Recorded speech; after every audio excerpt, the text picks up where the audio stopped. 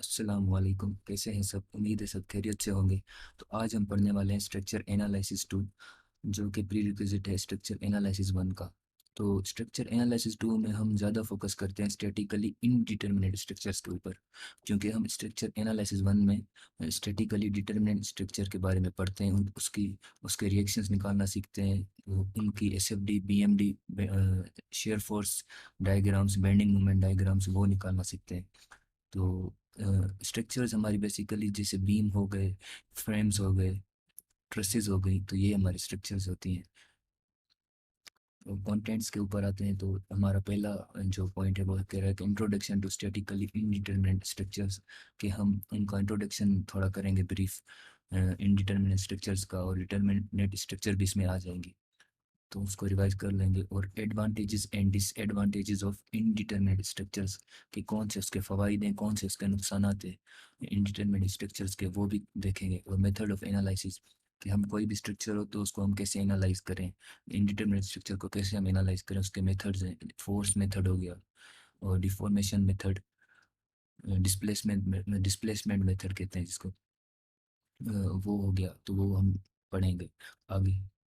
तो आगे है सॉल्व्ड एग्जांपल्स, तो हम न्यूमेरिकल बेस्ड कुछ एग्जांपल्स भी सॉल्व करेंगे। तो इस लेक्चर में सिर्फ हम इंट्रोडक्शन ही कवर करेंगे इंशाल्लाह, और जो नेक्स्ट लेक्चर होगा उसमें हम एग्जांपल्स भी करेंगे सॉल्व। तो इंट्रोडक्शन में हम पढ़ते हैं, इसको रीड करते हैं। When all the forces in a structure can be determined strictly from available equilibrium equation, the structure is referred to as statically determinate. तो इसका कहने का मतलब ये है कि जब हमारा कोई भी स्ट्रक्चर हो, उसमें अननोन रिएक्शन हमारे इक्वल हो जाए इक्विलिब्रियम इक्वेशन से, तो उसको हम कहते हैं स्टैटिकली डिटरमिनेट। और दो दो उसके लास्ट में एग्जांपल भी हैं, तो ये वाले नीचे वो हम अभी पढ़ेंगे, तो ये दोनों हमारी डेफिनेशंस वहाँ क्लियर हो जाएंगे। Structures having more unknown forces than available equilibrium equations are called statically indeterminate structure.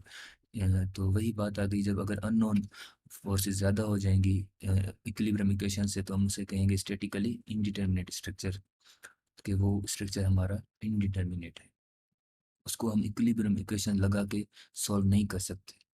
कहने का मतलब ये है कि उस पर हम आगे फिर फर्दर जब एग्जांपल करेंगे तो कंपेटिबिलिटी इक्वेशंस हम बनाएंगे, ताकि उसको हम सॉल्व करें। डायरेक्ट हम इक्विलिब्रियम इक्वेशन से मतलब स्टैटिकली इनडिटरमिनेट बीम को स्ट्रक्चर को नहीं सॉल्व कर सकते।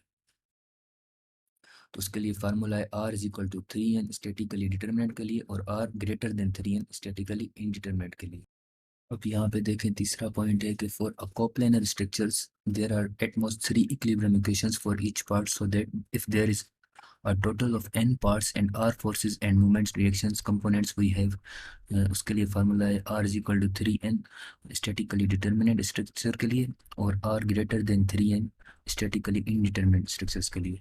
कोप्लेनर स्ट्रक्चर्स बेसिकली उसको कहते हैं जिनका सेम प्लेन हो, मतलब कि हमारा स्ट्रक्चर लाजमी स्टेबल होना चाहिए। जब हम सॉल्व करें तो स्टेबल का मतलब ये है कि उनकी जो लाइन ऑफ एक्शंस हैं के पैरेलल होने चाहिए, कहाँ पे इंटरसेक्ट ना करें, तो उसको हम कहते हैं कोप्लेनर स्ट्रक्चर्स। सही। अब ये लास्ट में दो एग्जांपल हैं, ये जो ऊपर दो डेफिनेशंस थी इनको हम इस एग्जांपल से ही समझ लेते हैं। अभी यहाँ पे देखें, R is equal to 3n statically determinate है। तो जब हम इस स्ट्रक्चर की बात करेंगे तो ये हमारा स्टैटिकली डिटर्मिनेट है, हमें कैसे पता चलेगा, आइए देखते हैं। अब यहाँ पे देखें, एक हिंज सपोर्ट है इस जगह पे, जहाँ पे ये मैं कर्सर मूव कर रहा हूँ, ये हिंज सपोर्ट है, इसको हम पिन सपोर्ट भी कहते हैं। और इस बीम में ये देखें एक रोलर सपोर्ट है। सही है। अब इसके दो रोलर का हमेशा एक वर्टिकल रिएक्शन होता है, और पिन और हिंज पे हमेशा दो रिएक्शंस होते हैं। जो कि हम ऊपर डेफिनेशन में अननोन्स की बात कर रहे थे, वो यही सपोर्ट वाले रिएक्शंस होते हैं। अभी यहाँ पे एक ये देखें, ये एक हॉरिजॉन्टल रिएक्शन है, और एक ये वाला वर्टिकल है पिन पे। और रोलर पे आ जाए तो यहाँ पे देखें एक वर्टिकल रिएक्शन लग रहा है, ये अपवर्ड इस टाइप इस तरह का। अभी हमारे तीन अननोन रिएक्शंस हो गए। और एन हमारा क्या होता है, एन जो होता है फार्मूले में यूज हो रहा है ना इस are is equal to 3n में, तो एन हमारा होता है नंबर ऑफ मेंबर्स। तो एन हमारे यहाँ पे क्या है, 1, एक ही मेंबर है बी में। सही है। तो अगर मैं इसमें पुट करूँ are is equal to 3n में, 3 हमारा क्या है, अगर यहाँ पे 3 देखा जाए, ये कांस्टेंट नंबर है जो कि इक्विलिब्रियम इक्वेशंस को शो कर रहा है, क्योंकि हमारी इक्विलिब्रियम इक्वेशन तीन होती हैं। एक summation of F of X horizontal और एक summation of F of Y और एक मूवमेंट होता है। तो तीन जो ये शो कर रहा है नंबर ऑफ इक्विलिब्रियम इक्वेशन को शो कर रहा है फार्मूला में। आर अब देखें यहाँ पे अननोन रिएक्शंस हमारे कितने थे, सपोर्ट वाले तीन थे, एक ये और एक ये। तो तीन मैं यहाँ पे पुट करूँ आर की जगह और इज इक्वल टू फार्मूला में, और थ्री ये कांस्टेंट नंबर है फार्मूला का, और एन हमारा वन है। तो three is equal to three, इसका मतलब ये हुआ कि ये बीम जो है स्टैटिकली डिटर्मिनेट बीम है। सही, ये वाला एग्जांपल हो गया। अब दूसरा जो इसके राइट हैंड साइड पे उसको हम देखते हैं। अभी यहाँ पे देखें एक बीम है, इसमें तीन सपोर्ट्स हैं, एक फिक्स सपोर्ट है ये वाली, और एक रोलर है और दूसरी भी रोलर है। तो फिक्स सपोर्ट हमें पर हमेशा हमारे तीन अननोन्स होते हैं, तीन रिएक्शंस होते हैं। ये एक वर्टिकल ये वाला, और एक हॉरिजेंटल ये वाला, और एक मूवमेंट। डायरेक्शंस आप कोई भी दे सकते हैं, इसका मतलब ये नहीं है कि हमेशा ये नीचे हो या ऐसे हॉरिजेंटल की चेंज कर सकते हैं आप। जब रिएक्शन निकालेंगे तो आपको फिर पता चल जाएगा। अगर नेगेटिव आंसर में आ जाए तो इसका मतलब है आपने डायरेक्शन जो लगाई है वो गलत है, उसको आप अपोजिट कर दे उसके। और जो ये रोलर इधर एक ही वर्टिकल रिएक्शन लगेगा, सही है, और इधर भी एक वर्टिकल रिएक्शन। अब देखिए अननोन हमारे कितने हो गए, पांच हो गए, एक ये और एक तीन ये, तीन चार और ये पाँच। अब पांच अननोन है, अगर मैं इस फार्मूला में पुट करूं स्टैटिकली इनडिटरमिनेट में, तो पांच, क्या पांच ग्रेटर देन से है थ्री, और एन हमारा वन है क्योंकि मेंबर हमारा एक ही है। तो इसमें अगर मैं पुट करूं तो बिल्कुल पांच जो है वो ग्रेटर देन थ्री है। तो इसका मतलब ये है कि ये जो बीम है हमारा स्टैटिकली इनडिटरमिनेट बीम है। अब हमें पता कैसे चले कि ये कितना डिग्री इनडिटरमिनेट है, तो हम क्या करेंगे, वो सेम ही स्टैटिकली डिटरमिनेट वाला फार्मूला उठाएंगे और उसमें पुट करेंगे। तो पाँच is equal to three, N हमारा वन था, तो ये हो जाएगा five is equal to three, जो कि इसके इक्वल तो नहीं है। तो हम सिर्फ डिग्री ऑफ इनडिटरमिनेट मालूम करने के लिए हम यही फार्मूला यूज करेंगे। तो फाइव माइनस थ्री करूंगा तो इज इक्वल टू के लेफ्ट हैंड साइड आएंगे तो क्या हो जाएगा, माइनस का थ्री हो जाएगा, और इज इक्वल टू जीरो। तो ये हमें यहाँ पे क्या मिलेगा, टू आंसर, टू। जो टू शो कर रहा है वो सेकंड डिग्री को शो कर रहा है कि मतलब ये second degree of indeterminate structure है। चलिए अब नेक्स्ट स्लाइड पे चलते हैं। इंट्रोडक्शन हमारा हो गया। अब हम कंटेंट्स में दूसरा टॉपिक था कि advantages and disadvantages of statically indeterminate structures, तो वो हम देखते हैं। अभी देखें पहला पॉइंट कह रहा है कि सिमिलर स्ट्रेसेस, कि इसका कहने का मतलब ये है कि जब स्टैटिकली इनडिटरमिनेट स्ट्रक्चर होगा उसमें जो स्ट्रेसेस जनरेट होंगी वो कम होंगी as compare to statically determinate structure. अगर इसको आप रीड कर लें, ये कह रहा है the maximum stresses in statically indeterminate structures are generally lower than those in comparable determinate structures. तो यही बात वही कह रहा है कि जो स्टैटिकली इनडिटरमिनेट स्ट्रक्चर्स होते हैं उनमें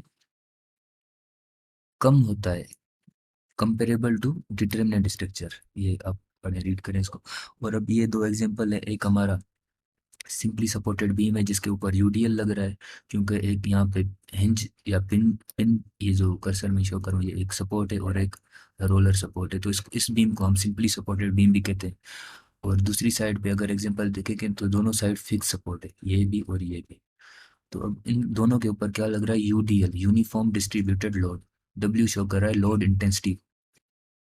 सही है। अब जब इसकी हम बीएमडी बनाएंगे तो ये जो स्टैटिकली डिटर्मिनेट बीम है इसकी कुछ इस टाइप पैराबोला बनेगी सेकंड डिग्री। सही है। और जब दोनों साइड फिक्स्ड होगी यूडीएल लगेगा, इसकी भी कुछ इस तरह पैराबोला टाइप बनेगी। लेकिन फ़र्क इसमें कैसे हमें पता चलेगा कि जब यहाँ से देखें इसकी सेंटर से लेकर इसका टॉप जो मैक्सिमम ये वाला पॉइंट है यहाँ तक तो कितना एरिया कवर कर रहा है as compare to statically indeterminate की बीएमडी देखें तो यहाँ पे कम है। तो ये हमारा जो होगा मतलब ये शो कर रहा है कि यहाँ पे स्ट्रेसेस कम जनरेट होंगी as compare to statically determinate. ये इसका एक फायदा है, एडवांटेज है। अभी नेक्स्ट स्लाइड पे चलते हैं। इस स्लाइड में देखें ग्रेटर ग्रेटर स्टिफनेस का कह रहा है, तो इसका मतलब ये है कि वो ज़्यादा मजबूत होगी, उसमें डिफॉर्मेशंस और डिफ्लेक्शन कम आएंगी। अ, अभी सेम ही वो प्रीवियस से हमारा एग्जांपल है, ये यूडीएल लगा हुआ है, सिंपली सपोर्टेड बीम है, यहाँ पे हिंज सपोर्ट है, यहाँ पे रोलर सपोर्ट है, और इस बीम में दो फिक्स सपोर्ट्स लगी हुई हैं, यूडीएल ऊपर लग रहा है। अब इसका इलास्टिक कर्व अगर ड्रा करें तो यहाँ से ऐसे कुछ ड्रा हो रहा है ना, ये इलास्टिक कर्व। ये डैश्ड लाइन है, ये इलास्टिक कर्व बना हुआ है। और इसका इलास्टिक कर्व देखें तो सपोर्ट से, फिक्स सपोर्ट से थोड़ा ज़ीरो आ रहा है, फिर स्टार्ट हो रहा है इलास्टिक कर्व कुछ ऐसा, फिर ऐसा जाके फिर ज़ीरो हो जाता है यहाँ से। तो इसका मतलब ये है कि फिक्स सपोर्ट पे हमेशा हमारी डिफ्लेक्शन ज़ीरो होती है। डेल्टा से शो करते हैं इस डिफ्लेक्शन को, और थीटा से हम करते हैं स्लोप या रोटेशन को। तो ये दोनों हमारी फिक्स सपोर्ट पे ज़ीरो होती हैं। सही है। अभी यहाँ पे जो पॉइंट लिखा हुआ है इसको हम पढ़ते हैं। Statically indeterminate structures generally have higher stiffness, smaller deformations than those of comparable determinate structures. From we observe that the maximum deflection of the indeterminate beam is only one fifth of that of determinate beam. तो ये देखें, अब इसकी जो maximum deflection आ रही है UDL simply supported beam की और डिटर्मिनेट बीम की, तो वो है 5 WL/4/384 ई आई हमारा यहाँ पे क्या है, फ्लेक्सुरल रिजिडिटी। तो इसमें अगर देखें मैक्सिमम डिफ्लेक्शन दोनों साइड जो फिक्स्ड बीम है, इनडिटर्मिनेट बीम है, तो उसकी जो मैक्सिमम डिफ्लेक्शन आ रही है WL/4/384 ई आई। तो इसमें देखें जो स्टैटिकली डिटर्मिनेट बीम है उसमें 5 मल्टीप्लाई हो रहा है। थर्ड एडवांटेज इसका ये है कि रिडंडेंसीज इसको कहते हैं, कि जब जब हमारा स्टैटिकली इनडिटरमिनेट बीम होता है तो जाहिर बात है वहाँ पे हम इक्विलिब्रियम इक्वेशंस डायरेक्ट तो नहीं अप्लाई कर सकते। तो उसके लिए हम कंपेटिबिलिटी इक्वेशंस बना के एक रिडंडेंट लोड लगाते हैं प्राइमरी स्ट्रक्चर में पहले कन्वर्ट करके, तो उसको हम कहते हैं रिडंडेंसीज। तो इसको हम पढ़ते हैं कि ये लिखा हुआ है कि statically indeterminate structures if properly designed have the capacity of redistributing loads when certain structural portion become overstressed or collapse in cases of overloads due to earthquake, tornadoes, impact, explosions or vehicle impacts and other such events. तो इसका मतलब ये है कि ये इसकी एक खासियत है कि जब जो इनडिटरमिनेट स्ट्रक्चर है वो ओवर स्ट्रेस को इक्वली लोड को डिस्ट्रीब्यूट करता है, जो कि डिटरमिनेट स्ट्रक्चर्स वो नहीं कर सकते। अब डिसएडवांटेजेस के ऊपर आते हैं कि stresses due to support settlements. तो डिसएडवांटेज ये है कि इसमें जो सपोर्ट्स जो होती हैं यहाँ से वो सेटल कर जाती हैं, और जो डिटरमिनेट स्ट्रक्चर होती हैं अ, उनकी जो होती हैं स्ट्रेसेस की वजह से जो सपोर्ट्स होती हैं वो सेटल नहीं करती। दूसरा डिसएडवांटेज है stress is due to temperature changes and fabrication errors. तो मतलब टेम्परेचर्स की वजह से भी जो उसमें कॉन्ट्रैक्शन या एक्सपेंशन आता है, तो वो भी एक इसका डिसएडवांटेज है कि दोनों साइड फिक्स होगा तो वो कॉन्ट्रैक्ट या एक्सपेंड करने में उनको प्रॉब्लम होती है। तो ये सिंपली सपोर्टेड बीम है तो वो कर सकता है क्योंकि यहाँ पे रोलर है, वर्टिकल है, तो तो ये एक्सपेंड या कॉन्ट्रैक्ट हो सकता है, लेकिन वो फिक्स सपोर्ट वाला जो है वो उसको प्रॉब्लम हो। थर्ड ऑफ एनालिसिस, जो कि हम इंशाल्लाह नेक्स्ट लेक्चर में हम ये कवर करेंगे और सॉल्व एग्जांपल्स कुछ सॉल्व करेंगे। और मुझे इजाज़त दीजिए। Thank you. अल्लाह हाफिज़। अपना ख्याल रखें।